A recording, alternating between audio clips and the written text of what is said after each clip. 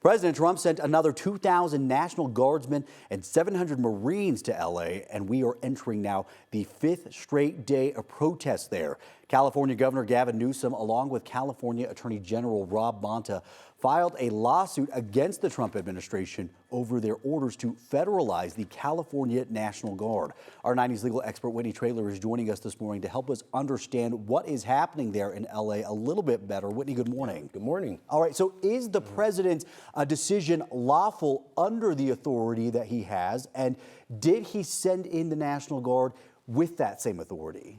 Well, it's going to be a question that'll be decided by the courts, I think. And there's an argument certainly for both ways. I mean, the National Guard is technically under the governor. He's technically the commander-in-chief of the National Guard. But of course, the president can't federalize the National Guard, but there has to be certain thresholds. So, for example, in what he cited in Title 10 of the United States Code was that there was a rebellion happening and that he was unable to fulfill the laws of the United States because of these protests. And a lot of people are saying, no, this definitely didn't rise to the level of being able to federalize the National Guard. Of a rebellion or what have you. And so the real question is going to be, well, what is the role and what is the extent of what the National Guard can do? Who will get to decide that? Well, technically it's under the statute, and so really the National Guard should be there to just support. They can do a couple of things. They can support LA law enforcement, and they can protect federal property and personnel. Yeah. And so the argument is that they're there to protect DHS, ICE agents, but that will probably inevitably lead to violence, even if they're saying, hey, we're just protecting these ICE agents. Okay, interesting. Now, the California Attorney General also filed a lawsuit yesterday against the Trump administration, alleging that its actions are unlawful. Does that lawsuit have any merit?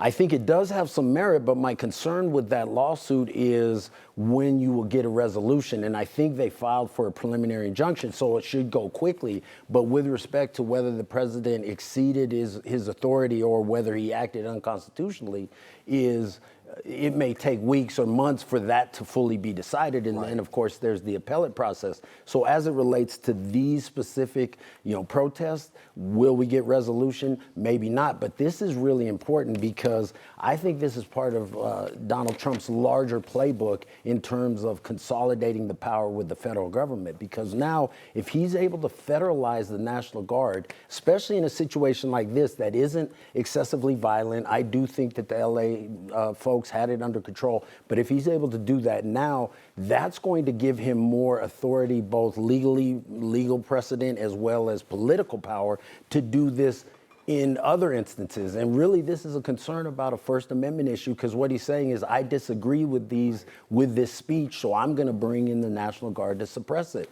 So this is an important case for sure. Yeah, absolutely. Now, one other thing that I'm going to ask that you elaborate on, because I found it really interesting, was talking about the level of force that they are bringing in right now to the LA area. A lot of legal scholars have said that it's an unnecessary level of force, and it's actually making things worse, which you were kind of just alluding to right there. Talk about that. Yeah, and I think that may be part of the playbook, because it was definitely premature. There have been, as I understand it, no deaths. It's been some property damage and things like that.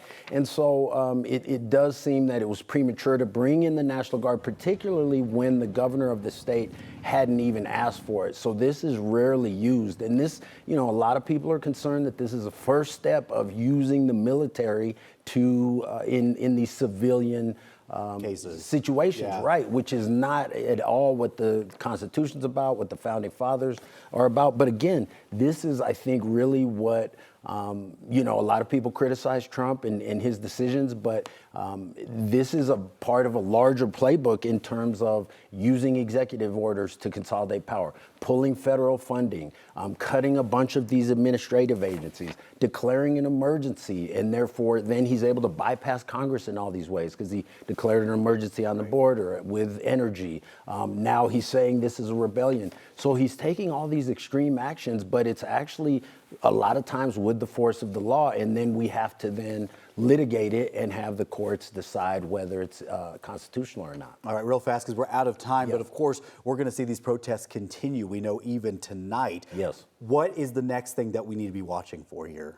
So I think we need to be watching for the lawsuit. And then the next thing, because under the code that he's used on this, the power of the National Guard is limited. The next question is, will he invoke the Insurrection Act, which then would allow the military to directly police civilians? And this isn't even remotely on that level, but it seems that that's part of the playbook. So we'll see if he actually tries that and what the courts say, if this is something that the Insurrection Act would cover. Now, of course, it's an evolving situation, so we're going to pay very close attention to this. And Whitney, we'll have to have you back should we have any more specific questions about it. Thank you so much. We appreciate it.